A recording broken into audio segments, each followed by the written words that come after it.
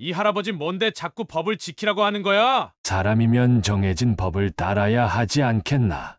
그리고 자네는 내 손녀를 건드렸어. 작은 시골 마을에서 조용히 살아가는 한 노인이 있었습니다. 그의 이름은 강도윤. 나이는 들었지만 그의 눈빛은 여전히 날카롭고 선명했습니다. 평생을 법조계에서 살아온 그는 굳은 신념과 올곧은 가치관을 가진 사람이었지요. 단 한 번도 불의와 타협한 적이 없었고 작은 부정이라도 용납하지 않는 사람이었습니다. 그 덕분에 적도 많았지만 그를 존경하는 사람은 더 많았지요. 하지만 그에게 있어 세상의 정의보다 더 중요한 존재가 있었습니다. 바로 그의 손녀 이서연이었습니다. 서연은 어릴 적 부모를 잃고 할아버지와 단둘이 살아왔습니다. 어린 나이에도 불구하고 약한 모습을 보인 적이 없었고 무엇이든 혼자의 힘으로 해내려 애쓰는 씩씩한 아이였지요. 할아버지, 저는 제 힘으로 살 거예요. 그러니까 걱정하지 마세요. 어린 시절부터 그렇게 말하던 서연은 성장하면서도 자신의 신념을 지켜나갔습니다. 고등학교를 졸업하자마자 편의점 아르바이트를 시작했고 생활비는커녕 용돈 한 푼도 받지 않고 스스로 학비를 마련했습니다. 대학 입학 후에는 성적 장학금을 받을 만큼 성실하게 공부했고 누구보다도 꿋꿋하게 자신의 길을 개척해 나가고 있었지요. 할아버지는 그런 서연을 자랑스러워했습니다. 하지만 한편으로는 안쓰러운 마음도 들었습니다. 너무 애쓰지 않아도 되는데, 조금만 기대도 괜찮을 텐데 서연은 언제나 혼자서 모든 것을 해내려 했습니다. 그런 모습이 대견하기도 했지만 한편으로는 속상하기도 했지요. 할아버지는 바쁜 손녀를 자주 보지 못해 아쉬웠습니다. 그래서 가끔 몰래 편의점 근처를 찾아가 서연이 일하는 모습을 멀리서 지켜보곤 했지요. 서연이 일하는 편의점에는 다양한 손님들이 오갔습니다. 그 중에서도 서연이 가장 피하고 싶은 손님이 한 명 있었지요. 바로 권태수라는 젊은 건달이었습니다. 태수는 서연이 일하는 날을 유독 노려서 찾아왔습니다. 처음에는 단순한 장난처럼 보였지만 점점 추근덕거리며 불쾌한 말과 행동을 서슴지 않았지요. 이 알바생, 참 부지런하네. 아휴, 예쁘기도 하고. 나랑 놀러 갈 생각 없나? 내가 말이야, 사람 하나 키워주고 싶은데 어때? 편의점에서 알바하지 말고 나랑 같이 다니면 돈 팍팍 벌 텐데. 서연은 태수의 말에 불쾌했지만 정중하게 거리를 두려 애썼습니다. 괜한 충돌을 만들고 싶지 않았기 때문이지요. 태수와 같은 무리들이 어떤 사람들인지 괜히 얽히면 골치 아플 거란 걸 누구보다 잘 알고 있었습니다. 하지만 태수는 서연이 무시할수록 더욱 집요하게 굴었습니다. 일부러 물건을 던지듯 계산대로 올려놓거나 편의점에서 먹지도 않을 물건을 들었다 놨다 하면서 서연의 신경을 긁었지요. 그럴 때마다 서연은 깊이 숨을 들이마셨습니다. 화를 내거나 대응하는 것은 도움이 되지 않는다고 생각했기 때문입니다. 괜찮아. 그냥 지나가는 일일 뿐이야. 난 내 할 일만 잘하면 돼. 서연은 매일 그렇게 스스로를 다독이며 편의점 일을 계속했습니다. 하지만 태수는 점점 더 대놓고 행동하기 시작했지요. 그리고 사건이 있던 그날, 유난히 날씨가 좋았습니다. 저녁이 되자 선선한 바람이 불었고 편의점 테라스에도 사람들이 삼삼오오 모여 앉아 음료를 마시거나 담소를 나누고 있었지요. 서연은 계산대에서 바쁘게 손님을 응대하고 있었습니다. 그런데 어느 순간 익숙한 불쾌한 기운이 감돌기 시작했지요. 야, 여기 자리 좋다. 그냥 여기서 한잔하지? 문제의 인물이 또 나타난 것입니다. 권태수와 그의 일행이었지요. 그들은 편의점에서 물 한 병만 산 뒤 외부에서 사온 술과 안주를 테이블 위에 펼쳐 놓았습니다. 그러고는 거리낌 없이 술을 따르고 거친 소리를 내며 웃고 떠들었지요. 서연은 이를 모른 척할 수 없었습니다. 편의점의 규칙상 외부 음식 반입은 엄격히 금지되어 있었기 때문입니다. 무엇보다 다른 손님들에게도 피해를 주고 있었지요. 서연은 조용히 숨을 고른 뒤 테라스로 다가갔습니다. 손님들, 죄송하지만 여기서는 외부 음식을 드실 수 없습니다. 규정상 반입이 금지되어 있습니다. 순간 분위기가 싸늘해졌습니다. 태수의 일행이 동시에 서연을 바라보았지요. 뭐라고? 태수가 술잔을 내려놓으며 코웃음을 쳤습니다. 야, 너 우리 단골인데 너무하는 거 아니냐? 우리도 여기서 물 샀잖아. 이 정도는 봐주는 게 예의 아니야? 서연은 굽히지 않았습니다. 편의점 규정이 그렇습니다. 다른 손님들에게도 피해가 갈 수 있으니 정해진 규칙을 지켜주셨으면 합니다. 태수는 기분이 상한 듯 비웃었습니다. 하야, 너 진짜 너무 깐깐한 거 아니냐? 우리 그냥 조용히 먹고 갈 건데 왜 이렇게 유난이야? 우리 다 아는 사이인데 좀 융통성 있게 넘어가면 어디 덧나냐? 태수의 말투가 점점 거칠어졌습니다. 그의 일행들도 서연을 노려보며 피식거리기 시작했지요. 하지만 서연은 눈을 질끈 감고 다시 한번 단호하게 말했습니다. 죄송합니다. 규칙은 지켜주셔야 합니다. 그러자 태수는 입맛을 다셨습니다. 그러더니 갑자기 자리에서 일어나며 서연을 향해 성큼성큼 다가왔습니다. 너 내가 너한테 얼마나 잘해줬는데 진짜 이럴 거야? 서연은 한 걸음 뒤로 물러났습니다. 가슴이 두근거렸지만 절대 겁먹은 모습을 보이고 싶지 않았지요. 그런데 그때였습니다. 서연아, 낯익은 목소리가 들려왔습니다. 서연은 순간 놀라서 고개를 돌렸지요. 바로 할아버지 강도윤 판사였습니다. 할아버지는 천천히 편의점 안으로 들어와 테라스로 향하고 있었습니다. 그의 얼굴에는 언제나처럼 온화한 미소가 걸려 있었지만 그 눈빛은 단단하고 흔들림이 없었습니다. 무슨 일인가 보니 우리 손녀를 곤란하게 하는 사람이 있는 모양이구나. 순간 태수와 그 일행이 조용해졌습니다. 그들은 할아버지를 위아래로 훑어보며 피식 웃었지요. 어이 할아버지, 누구신데 참견하십니까? 할아버지는 여전히 미소를 띠며 말했습니다. 나는 그냥 이 아이의 가족일 뿐이네. 그리고 법을 지키는 사람이지. 태수는 여전히 빈정거리는 태도를 보이며 어깨를 으쓱했습니다. 뭐야, 변호사라도 되시나? 아님 경찰? 그럼 신고라도 해보시든가. 그 말에도 할아버지는 표정 하나 바뀌지 않았습니다. 좋은 말로 할 때 여기서 물러나게. 그 단호한 목소리에 순간 태수와 일행은 움찔했습니다. 하지만 그들은 다시 곧 태어난 척하며 비웃었지요. 우리가 왜 그래야 합니까?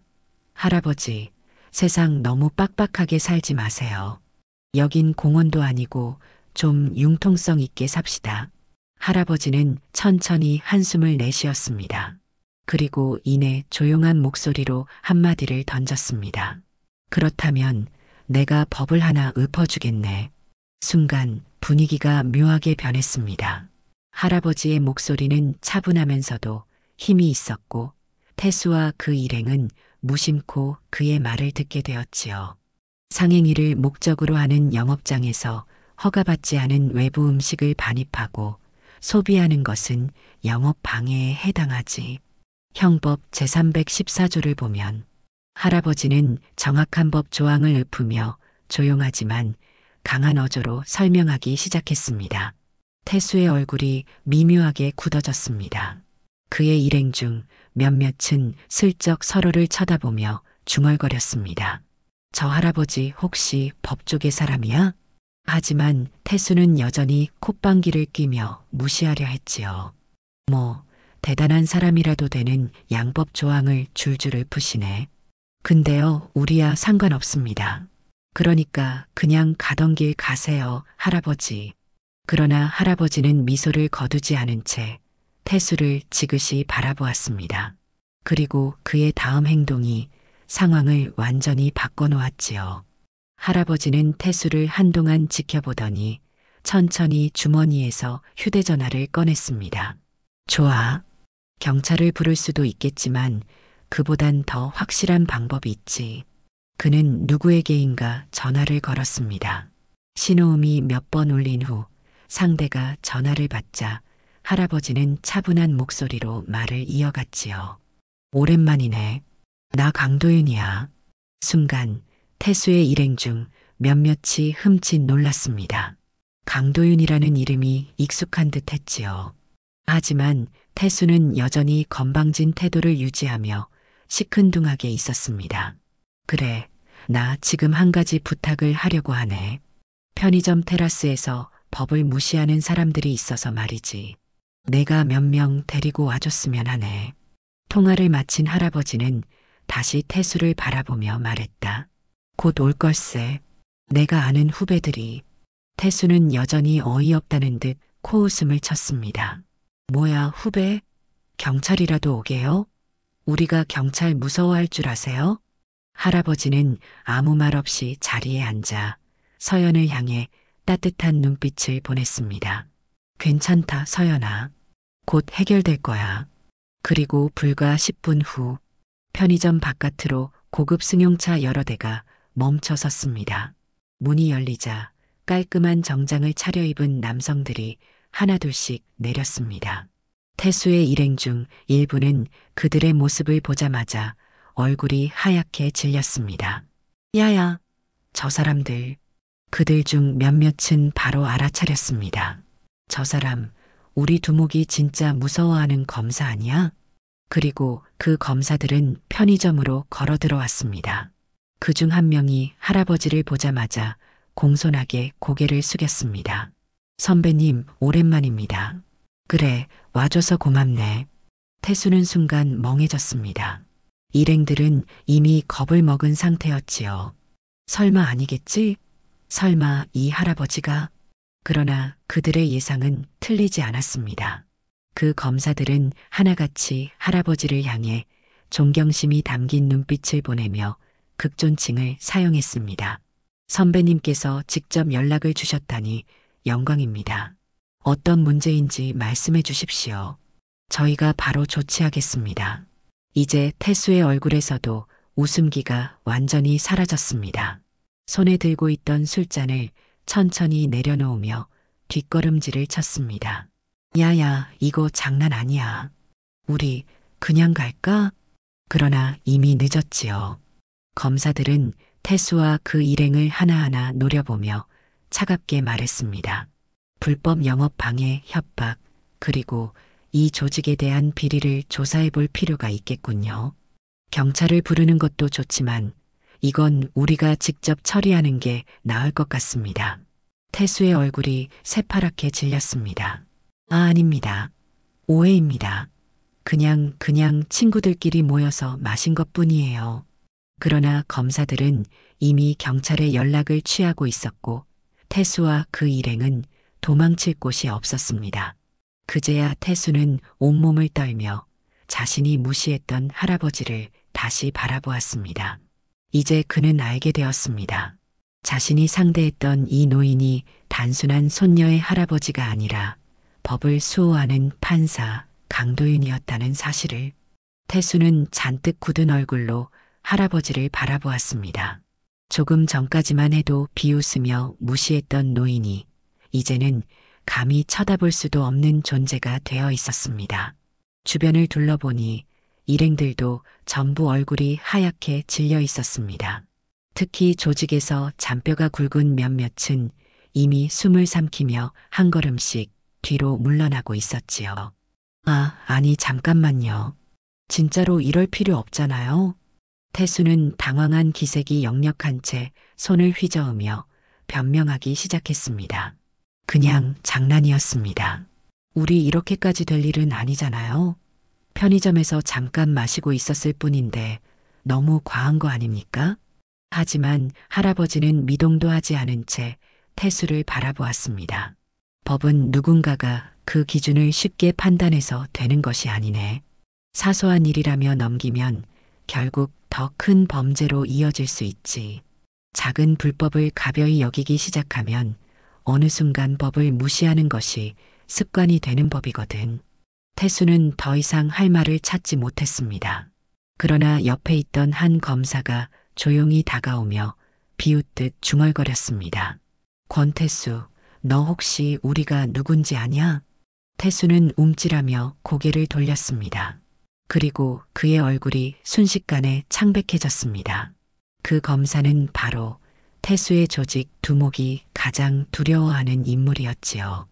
조직에서도 그의 이름만 나오면 잔뜩 긴장할 정도로 악명 높은 검사였습니다. 아니 잠깐만요. 우리 그냥 장난이었다니까요. 괜히 이렇게까지. 장난? 조직에 몸담고 있는 내가 편의점에서 벌인 일이 장난이라고? 검사는 어이없다는 듯 피식 웃었습니다. 그리고는 주머니에서 서류 한 장을 꺼내더니 태수의 얼굴 앞에 들이밀었지요. 내 조직 요즘 많이 수상하던데? 마침 우리도 너희 쪽을 조사하고 있었어. 그런데 내가 이렇게 직접 법을 어기는 모습을 보여주니 참으로 고맙군. 이걸 계기로 더 철저하게 조사해 볼 필요가 있겠어. 태수의 손이 덜덜 떨리기 시작했습니다. 그리고 그의 일행들도 이 상황이 심각하다는 걸 직감했지요. 그 순간 편의점 바깥에서 경찰차 사이렌 소리가 울려 퍼졌습니다. 벌써 도착했네. 검사는 피식 웃으며 경찰들에게 손짓을 했습니다. 곧이어 경찰들이 편의점 안으로 들어오며 태수 일행을 향해 다가갔지요. 권태수 씨와 일행들, 영업방해 및 협박, 그리고 추가 혐의로 긴급 체포하겠습니다.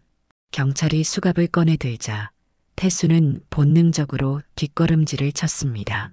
아니, 진짜 이럴 필요 없어요. 나 그냥 장난이었어요. 제발 한 번만 봐주세요. 그러나 할아버지는 태수의 애원에도 미동도 하지 않았습니다. 오히려 조용한 목소리로 마지막 말을 던졌지요. 법을 어긴 사람은 반드시 그에 맞는 죄를 치르게 되는 법이네. 그 말을 끝으로 태수와 그의 일행들은 경찰들에게 끌려갔습니다. 서연은 그제야 긴장이 풀린 듯 숨을 길게 내쉬었습니다. 그녀는 할아버지를 바라보며 조용히 속삭였지요. 할아버지 감사합니다. 할아버지는 조용히 서연의 머리를 쓰다듬으며 미소를 지었습니다. 이게 당연한 일이지. 세상엔 나쁜 사람이 많지만 법은 그들을 절대 그냥 두지 않는단다. 그러니 걱정하지 말거라. 그 말은 서연의 가슴 깊숙이 박혔습니다. 그리고 그날 이후 편의점에서 더 이상 태수 같은 사람은 찾아볼 수 없었습니다. 시간이 흘러 태수와 그의 일행은 결국 재판을 받게 되었습니다. 법의 심판대에 서게 된 그들은 이제 더 이상 건달로서의 오만한 태도를 보일 수 없었지요. 법정안 판결을 내릴 판사가 천천히 걸어 들어왔습니다. 그 순간 태수의 눈이 커다래졌습니다. 저 사람, 판사의 자리에 앉아 있는 사람은 다름 아닌 강도윤 판사였습니다. 태수는 순간적으로 몸이 굳었습니다. 그제야 그는 깨달았습니다. 그날 편의점에서 자신이 건방지게 대했던 그 노인이 단순한 손녀의 할아버지가 아니라 법을 수호하는 판사였다는 사실을. 법정이 조용해지자 할아버지는 서류를 차분히 넘기며 천천히 입을 열었습니다. 피고인 권태수 및 일행들은 편의점에서의 영업방해 협박 행위, 그리고 조직과의 연관성까지 드러났으며 추가적인 조사 결과 여러 건의 불법 행위가 확인되었네. 이에 대해 변명의 여지가 있는가? 태수는 잔뜩 겁에 질려 두 손을 움켜쥔 채 아무 말도 하지 못했습니다. 검사는 조용히 자리에서 일어나 추가 증거들을 제시하며 말했습니다.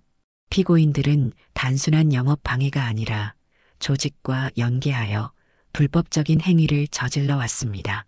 이에 따라 형법 제314조 업무방해죄, 형법 제283조 협박죄, 그리고 추가적인 범죄 행위로 기소됩니다. 법에 따라 합당한 처벌이 내려져야 할 것입니다. 법정안은 엄숙한 기운으로 가득 찼습니다. 태수는 그제야 자신이 저지른 일의 무게를 실감하기 시작했지요. 그리고 판사석에 앉은 할아버지는 마지막으로 조용히 말을 이었습니다. 사람들은 종종 겉모습만 보고 상대를 판단하려 하지. 그러나 세상은 그렇게 단순한 것이 아니네. 오늘 이 법정에 서게 된 것은 피고인이 법을 우습게 여겼기 때문일세. 법은 누구에게나 공평하게 적용되며 법을 어긴 자는 반드시 대가를 치러야 하지. 태수는 고개를 푹 숙였습니다. 자신이 한때 무시했던 그 노인의 말이 이제야 얼마나 무거운 의미를 가지는지 깨달았지요. 그리고 결국 법에 따라 태수와 그의 일행들은 엄중한 처벌을 받게 되었습니다. 재판이 끝난 후 서연은 법정을 나서는 할아버지를 바라보며 조용히 물었습니다. 할아버지, 저 사람들도 벌을 받고 나면 바뀔까요? 할아버지는 잠시 생각하더니 따뜻한 미소를 지으며 대답했습니다. 사람이 바뀔지 아닐지는 그 사람의 선택에 달려있지. 하지만 한 가지 확실한 건 나쁜 사람들은 결국 벌을 받게 되어 있다는 것일세. 서연은 그 말을 가슴에 깊이 새겼습니다. 그날 이후 그녀는 편의점에서 일을 하면서도 더 이상 두려워하지 않았습니다. 왜냐하면 정의는 결국 법에 의해 지켜진다는 것을 깨달았기 때문이지요. 며칠 후 서연은 편의점에서 조용히 계산대를 정리하고 있었습니다. 여느 때와 다름없는 하루였지만 이상하게도 그날따라 마음이 조금 더 가벼웠습니다. 이제 더 이상 태수 같은 사람이 찾아와 불안하게 만들 일도 없었고 편의점 손님들도 모두 편안한 분위기 속에서 머물고 있었지요. 그때 편의점 문이 조용히 열렸습니다. 서연은 반사적으로 손님을 맞이하려 고개를 들었지만 예상치 못한 인물이 서 있는 걸 보고 깜짝 놀랐습니다. 바로 할아버지 강도윤 판사였습니다. 할아버지, 여긴 어쩐 일이세요? 서연은 반갑게 달려가며 물었습니다. 할아버지는 따뜻한 미소를 지으며 편의점 안을 둘러보았습니다. 그냥 우리 손녀가 일하는 곳이 잘 있는지 궁금해서 들렀지. 또 불편한 일은 없는가? 서연은 활짝 웃으며 고개를 저었습니다. 아니요, 이제 완전히 평온해졌어요. 다 할아버지 덕분이에요. 할아버지는 조용히 고개를 끄덕였습니다. 그리고는 계산대 옆으로 다가가며 서연에게 작은 봉투를 건넸습니다. 이건 내가 자격이 충분해서 받는 것이니 망설이지 말고 받아라. 서연은 봉투를 받아들고 조심스럽게 열어보았습니다. 그 안에는 대학교 전액 장학금 증서와 함께 할아버지가 직접 써준 편지가 들어 있었습니다. 서연은 눈을 크게 뜨며 놀란 얼굴로 할아버지를 바라보았습니다. 이건 어떻게? 할아버지는 다정한 눈빛으로 서연을 바라보며 말했습니다. 너는 스스로 힘으로 장학금을 받을 정도로 열심히 노력하는 아이야. 하지만 내가 내 보호자로서 더 많은 기회를 주고 싶었단다. 법을 지키며 살아가는 것이 얼마나 가치 있는 일인지 너도 잘 알게 되었을 테니 이제 더 넓은 세상에서 마음껏 배우고 성장해라. 서연의 눈가가 촉촉해졌습니다. 할아버지 정말 감사합니다. 저 더 열심히 할게요. 그리고 꼭 할아버지처럼 정의로운 사람이 될 거예요. 할아버지는 흐뭇한 미소를 지으며 서연의 머리를 살며시 쓰다듬었습니다. 그래, 내가 어디에서 무엇을 하든 할아버지는 언제나 너를 응원한단다. 그렇게 두 사람은 따뜻한 미소를 나누며 편의점 안에 서 있었습니다. 이제 서연은 더 이상 불의에 눈 감지 않을 것입니다. 할아버지에게 배운 교훈을 가슴에 새기고 앞으로도 올곧은 길을 걸어갈 것이었지요. 나쁜 사람들은 결국 벌을 받게 되어 있다. 그리고 정의는 언제 어디서나 존재한다. 그것이 바로 강도윤 판사가 남긴 가장 값진 가르침이었습니다.